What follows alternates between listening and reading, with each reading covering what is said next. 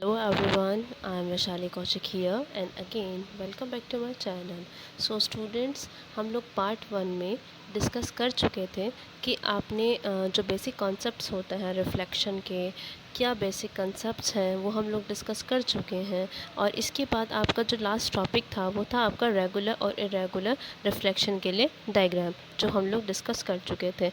देखिए बेटे, ये मोस्ट इम्पॉर्टेंट चैप्टर है आपका रिफ्लेक्शन और रिफ्रैक्शन ऑफ लाइट। एग्ज़ाम के पॉइंट ऑफ व्यू से हम तो जो भी आपकी वीडियोस अब आएंगी आप कंटिन्यूसली उन वीडियोस को देखें। आप पार्ट 1 हम लोग डिस्कस कर चुके हैं, ये आज आपका हम पार्ट 2 बना रहे हैं। इसके लिए बिकॉज ये लेंथी चैप्टर है ताकि आपको पार्ट्स में समझने में आसानी रहे और आप बोर भी फील ना करें। ठीक है, तो हम लोग स्टार्ट करते हैं इसके। तो नेक्स्ट चैप्टर है आप लोगों का, सॉरी नेक्स्ट टॉपिक है आप लोगों का एडिशनल इन्फॉर्मेशन है। उससे पहले एक टॉपिक स्टार्ट करने से पहले एक एडिशनल इन्फॉर्मेशन है आपके लिए। Additional information in the sense कि आपके एमसीक्यूज़ में और बोर्ड एग्जाम्स में काम आ जाती है कि कैसे आप लोगों को क्वेश्चन सॉल्व करने हैं। एक दो क्वेश्चन इस पर देखने के लिए मिल जाता है, ऐसा नहीं कि अनइम्पॉर्टेंट है, इम्पॉर्टेंट कॉन्सेप्ट है और ये आपको पता भी होना चाहिए। तो क्या है यहाँ पर आपके लिए, देखिए आपको इसमें देखना है कि एडिशनल इन्फॉर्मेशन एक्चुअली ये कह सकते हैं आप, when a ray of light is striking the surface normally retraces its path. यहाँ पर ये बात बताई गई है, जब कोई रे किसी सरफेस पे नॉर्मली स्ट्राइक करती है तो जिस डायरेक्शन में वो आ रही है उसी डायरेक्शन में वो वापस लौट जाती है। ठीक है, दैट मीन्स यहाँ पर ये ऐसा फिनोमिना क्यों हुआ, what is the reason behind it, क्या रीज़न है इसके पीछे। अगर आपने लॉज ऑफ रिफ्लेक्शन स्टडी किए हैं तो आपको पता होगा इसके पीछे का क्या रीज़न है। एंगल आई इक्वल होता है एंगल आर के। अब एंगल आई जब एंगल आर के इक्वल होता है तो आप इसको कॉन्सेप्ट को यहाँ कैसे यूज़ करेंगे। देखिए, जब आपकी कोई भी रे इंसिडेंट होती है नॉर्मली तो आपका जो वेट, तो क्या रीज़न है इसके पीछे। तो आपका जो इंसिडेंट एंगल होता है वो हमेशा ही इक्वल होगा रिफ्लेक्टेड एंगल के। अब इंसिडेंट एंगल क्या था ये सोचने वाली चीज़ है। देखिए, जब आपकी कोई भी रे, ये आपका सरफेस था, इस पर रे आपकी स्ट्राइक हुई तो यही तो आपकी इंसिडेंट रे हुई। और हमने पढ़ा है पीछे कॉन्सेप्ट में कि एंगल आई किसके बीच में होता है, नॉर्मल और इंसिडेंट रे के बीच में। तो यहाँ पर नॉर्मल भी यही है और इंसिडेंट रे भी यही है। So think about it, what is the value of angle R, sorry angle I. क्या वैल्यू होगी एंगल आई की, कोई भी वैल्यू नहीं है यहाँ पर। एंगल आई की वैल्यू क्या है, ज़ीरो है। या फिर अगर आप इसकी बात करते हैं कि ये ज़ीरो, बिल्कुल जाहिर सी बात है ज़ीरो ही आपका है, 90 आप सपोज करने की ज़रूरत नहीं, क्योंकि 90 पर तो नॉर्मल होता है। अभी आप कभी हो सकता है आपके दिमाग में ये बात आए कि 90 डिग्री का एंगल बन रहा है यहाँ पर, लेकिन इंसिडेंट एंगल जो होता है वो आपका नॉर्मल और इंसिडेंट रे के बीच में होता है, ना कि आपकी स्मूथ सरफेस से वो एंगल बनाता है। ठीक है, तो आप इस चीज़ को समझ रहे होंगे। आपको क्या करना है, आपको सरफेस पे जब कोई भी रे आती है, स्ट्राइक करती है, तो यहाँ पर एंगल आई की वैल्यू क्या होगी, ज़ीरो होगी। और लॉ ऑफ रिफ्लेक्शन से एंगल आर भी क्या होगा, ज़ीरो होगा, तो वो भी कोई एंगल नहीं बनाएगा और इसी पाथ पर वापस लौट जाएगा। आई होप ये टॉप पॉइंट आपके लिए क्लियर होगा। Now come to the next slide. Okay, यहाँ पर ये भी आपके लिए नोट ही है ना, ये भी आपके लिए क्या है, नोट ही है। इस नोट में आपको क्या करना है, देखिए क्या पॉइंट दिया हुआ है कि जो लॉ ऑफ रिफ्लेक्शन है आपके, वो ऐसा नहीं कि सिर्फ स्मूथ सरफेस पे ही वर्क करते हैं। वो लॉ ऑफ रिफ्लेक्शन आपकी कर्व्ड सरफेस भी वर्क करते हैं। कर्व्ड सरफेस आपकी ऐसे भी हो सकती है और ये भी हो सकती है। इनकी अपनी अलग अलग इंपॉर्टेंस है कि हम आगे डिस्कस करेंगे। ठीक है,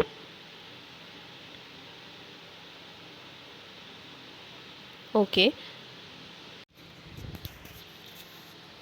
सो स्टूडेंट्स, देखिए एक्चुअली लॉ कहता क्या है। Law of reflection are also obeyed when light is reflected from the spherical और curved surface as shown in the figure। जितने भी law of reflection, that means दो ही रूल आपने पढ़े हैं, दो ही लॉ आपने पढ़े हैं, तो वो दोनों लॉ कर्व्ड सरफेस के लिए भी फॉलो होते हैं, स्फेरिकल और कर्व्ड सरफेस के लिए भी।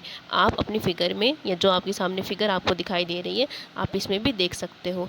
ये स्फेरिकल फिगर है, ये सॉरी ये स्फेरिकल आपकी कर्व्ड सरफेस है, ये स्फेरिकल सरफेस है। तो इस पर क्या हो रहा है, इंसिडेंट आई है रे रे इंस्टेंट हो रही है, इंस्टेंट रे हो गई, इस पर आपने नॉर्मल ड्रॉ किया, सेम एंगल बनाते हुए ये उसी मीडियम में वापस लौट गई, that means reflected back in the same medium. तो लो को फॉलो किया है नहीं किया, incident ray, reflected ray, point of incidence और lie in the same plane, it is your second rule. And angle I is equal to angle R ये बना रही है, इट्स योर फर्स्ट रूल। दोनों लो को फॉलो कर रही है ये। तो यहाँ से हमने एक चीज़ और देखी कि law of reflection plane mirror के लिए भी वही होते हैं और स्फेरिकल और कर्व्ड सरफेस के लिए भी वही होते हैं। तो प्लेन मिरर आपके घर में होते हैं जिसमें आप अपने फेस देखते हैं, कर्व्ड और स्फेरिकल सरफेस वो होते हैं जो आप अपने लेंसेज में, दैट मीन्स अपने स्पेक्स में आप लोग यूज़ करते हैं। वो हल्के से कर्व होता है उसमें जो आपको फील नहीं होता। अगर आपने कभी स्फेरिकल सरफेसेज या अपने लेंसेज को ध्यान से देखा हो तो वो कर्व्ड हुई भी होती हैं, ठीक है। तो स्पेक्स में हम लोग ये यूज़ करते हैं। या फिर आप और भी देख सकते हैं, हेडलाइट है, जितने व्हीकल्स होते हैं उनके हेडलाइट का मिरर अगर आपने देखा हो, और या फिर अपने जो रियर व्यू मिरर होते हैं जो आपके कार के साइड में लगे हुए होते हैं, जो आपको पीछे कितना ट्रैफिक है वो दिखाते हैं, उनकी अगर आपने सरफेस को टच करके देखा हो वो कैसे होते हैं, ये हल्के से कर्व्ड सरफेस वाले मिरर्स होते हैं। प्लेन मिरर बिल्कुल अलग होता है, प्लेन मिरर में और इन मिरर में डिफरेंस होता है। Plane mirror, rear view mirror और आपके और भी बहुत सारे मिरर्स हैं, मतलब हेडलाइट मिरर, इन सब में डिफरेंस होता है। ये अलग अलग टाइप की कैटेगरी हैं आपके, आगे हम स्टडी करेंगे। Come to the next slide. Yes, अब इमेज हम लोग स्टडी कर चुके थे। The picture of our face in the mirror is known as the image of our face, है ना। क्या डेली लाइफ फिनोमेना है, मिरर में आपको अपना फेस दिखाई देता है, ये आपकी इमेज कहलाती है। आपकी जो इमेज होती हैं वो दो टाइप की होती हैं। ये थोड़ा सा अलग कॉन्सेप्ट है समझने के लिए कि रियल इमेज क्या होती हैं और वर्चुअल इमेज क्या होती है। देखिए, रियल इमेज हमेशा आपको किसी भी स्क्रीन पर मिल सकती है, ठीक है, लेकिन वर्चुअल जो इमेज होती है वो कभी भी आपको स्क्रीन पर नहीं मिलेगी। आई थिंक ये आप स्टडी भी कर चुके होंगे कि वर्चुअल इमेज क्या होती है और रियल इमेज क्या होती है, ठीक है। तो आप हमेशा देखते हैं ना मिरर में अपना फेस, तो मिरर में जो आप फेस देखते हैं वो स्क्रीन पर नहीं होता, वो मिरर के पीछे बनता है, वो मिरर के पीछे आपकी इमेज बनती है, वो आपकी वर्चुअल और इरेक्ट इमेज होती है हमेशा। इसका मतलब डेली लाइफ में जो आप इमेज देखते हैं वो हमेशा आप अपनी झूठी इमेज देखते हैं, मतलब रिफ्लेक्शन होता है आपका वो, ठीक है। तो वर्चुअल इमेज हमेशा आप याद रखें क्या होती है, erect. Erect in the sense सीधी।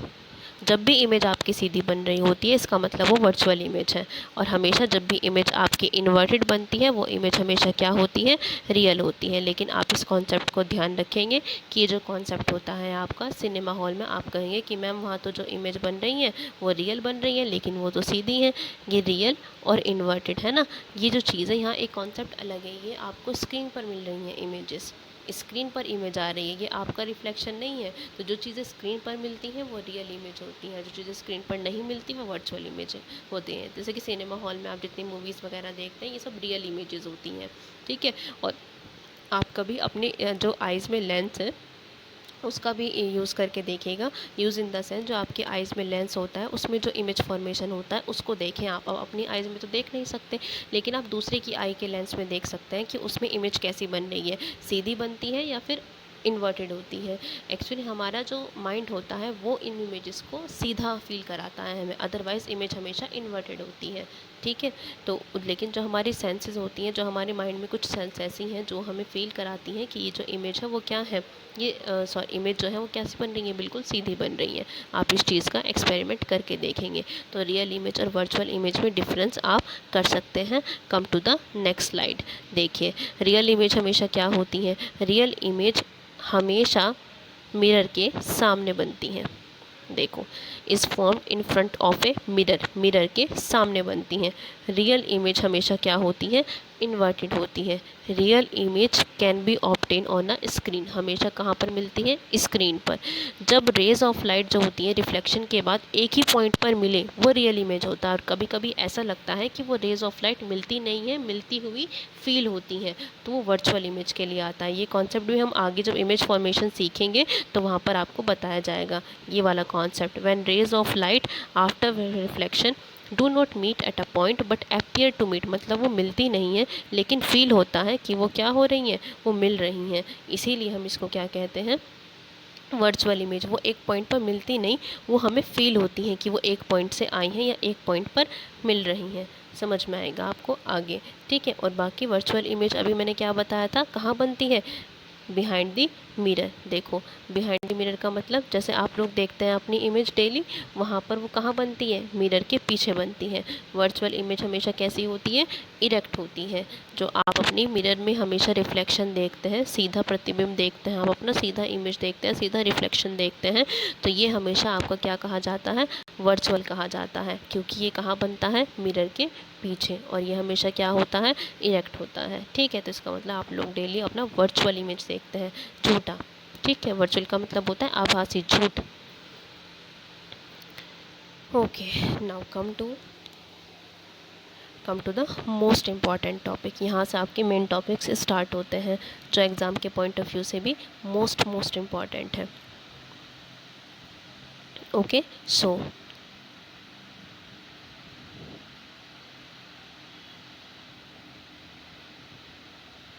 देखिए, टाइप्स ऑफ स्फेरिकल मिरर।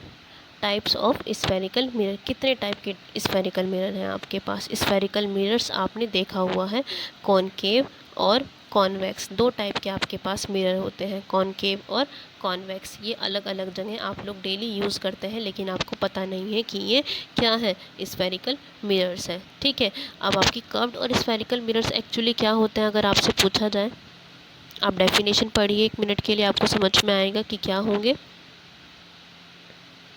देखो डेफिनेशन यहाँ से पढ़ो, कर्व्ड और spherical mirror, a mirror whose reflecting surface is curved और spherical is called spherical mirror. कोई भी एक ऐसा मिरर जिसका रिफ्लेक्टिंग सरफेस क्या हो, कर्व्ड हो, इस तरह का कर्व आया हुआ हो, इज कॉल्ड स्फेरिकल मिरर। एक मिरर जिसका रिफ्लेक्टिंग सरफेस कर्व्ड स्फेरिकल हो, उसको आप स्फेरिकल मिरर कहते हैं। नाउ सी द इमेज, इस इमेज को आप देखिए यहाँ पे, ये इमेज आप समझ सकते हैं कि कर्व्ड स्फेरिकल मिरर की डेफिनेशन तो ये हो जाएगी।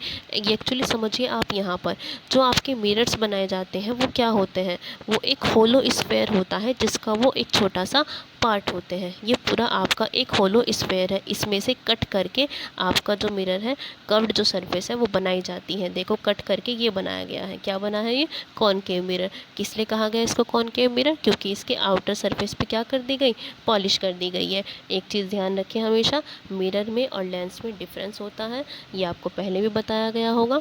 मिरर में एक साइड पॉलिश होती है और लेंस में किसी भी साइड पॉलिश नहीं होती, लेंस दोनों तरफ से वर्क कर सकता है। ठीक है, लेंसेज आपको पता ही है, आपकी आई में लेंस लगा हुआ है, मिरर नहीं लगा हुआ है, आपकी स्पेक्स में लेंस लगे हुए हैं, मिरर नहीं लगे हुए हैं। लेकिन जो आप शेविंग करने के लिए, आप तो यूज़ नहीं करता है, सॉरी, शेविंग जो मिरर, सॉरी इस पे ना से, मतलब इन द सेंस कि जो भी लोग शेविंग मिरर यूज़ करते हैं, उनके पास पीछे की एक साइड पॉलिश हुई होती है। ठीक है, तो लेंस और मिरर में डिफरेंस है, आप इस चीज़ को ध्यान रखें। आप जब इमेज अपनी देखते हैं तो आप मिरर में देखते हैं, लेंस में नहीं देखते हैं। ठीक है बच्चों,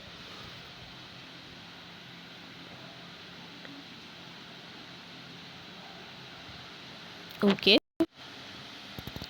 सो स्टूडेंट्स, आप लोग फिगर में देख सकते हैं, देखिए आपके सामने है, यहाँ पर ये एक होलो स्फेयर था, और होलो स्फेयर से हमने क्या किया है, इसको कट किया इस शेप में, और ये बन गया आपके पास कॉनकेव मिरर। तो यहाँ पर आप देखें, दैट मीन्स जो आप कॉनकेव मिरर से रिलेटेड टर्म्स पढ़ेंगे, वो टर्म्स एक्चुअली इनडायरेक्टली क्या डायरेक्टली लिंक करेंगी आपके होलो स्फेयर के टर्म्स से। जो आपका होलो स्फेयर था, होलो स्फेयर तो आप समझते हैं ना, खोखला, जो होलो मतलब खोखला हो, और स्फेयर तो आपको पता ही है, स्फेयर मतलब 3D स्ट्रक्चर के लिए बोला जाता है। सर्कल और स्फेयर में डिफरेंस होता है, आप इस चीज़ को ध्यान रखिएगा। तो जो आपका कॉनकेव मिरर होता है, एक्चुअली वो एक होलो स्फेयर का पार्ट होता है। तो जब आप होलो स्फेयर को कट करते हैं, सिर्फ आपने कट किया और इतना पार्ट इसको कट करके बना लिया, तो इसके जो पॉइंट्स होंगे वो रिलेट करेंगे सीधा किसके पॉइंट से, दैट मीन्स होलो स्फेयर के पॉइंट से वो डायरेक्टली लिंक करेंगे। ठीक है, डायरेक्टली लिंक करेंगे इन द सेंस, आप फिगर में देख सकते हो, होलो स्फेयर का जो सेंटर आपके सामने एक मिनट बेटे,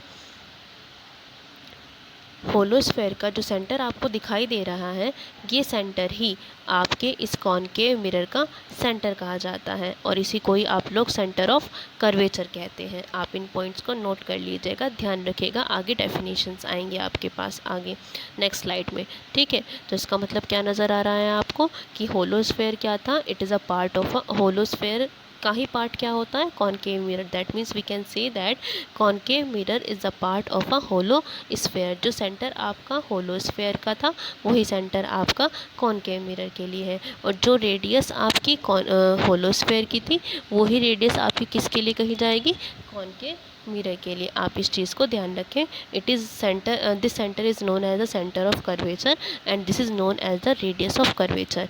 जिस होलो स्फेयर के पार्ट को, जिस होलो स्फेयर का पार्ट ये कॉनकेव मिरर होता है उसी का सेंटर कॉनकेव मिरर का सेंटर होता है, और जिस होलो स्फेयर का पार्ट ही कॉनकेव मिरर होता है उसी की रेडियस इसकी रेडियस ऑफ कर्वेचर कही जाती है। अब आप इसको नेक्स्ट स्लाइड में नेक्स्ट टॉपिक देखें, यहाँ पर क्या दिया हुआ है। देखिए होलो स्फेयर का, इसमें हमने क्या किया, वहाँ पर आउटर सरफेस पे हमने पॉलिश, और जो आउटर सरफेस था ना उस पर हमने क्या किया था, पॉलिश किया था। यहाँ पर हम क्या कर रहे हैं, इनर सरफेस पे पॉलिश कर रहे हैं, तो ये क्या बन जाएगा, कॉन्वेक्स मिरर। ठीक है, पॉइंट्स सेम रहेंगे, सिर्फ पॉलिश आप किस साइड कर रहे हैं इस पे डिपेंड करता है कि ये आपका कॉनकेव मिरर होगा या फिर कॉन्वेक्स मिरर होगा। ठीक है, नाउ सी द डेफिनेशन। देखिए कॉनकेव मिरर क्या है, concave mirror is the part of a hollow sphere whose outer part is silver. मतलब कॉनकेव मिरर आपके होलो स्फेयर का वो पार्ट होता है जिसके आउटर पार्ट पर क्या किया जाता है, सिल्वर पॉलिश की जाती है। ठीक है, यहाँ पर हमने क्या कर दिया, पॉलिश कर दी है।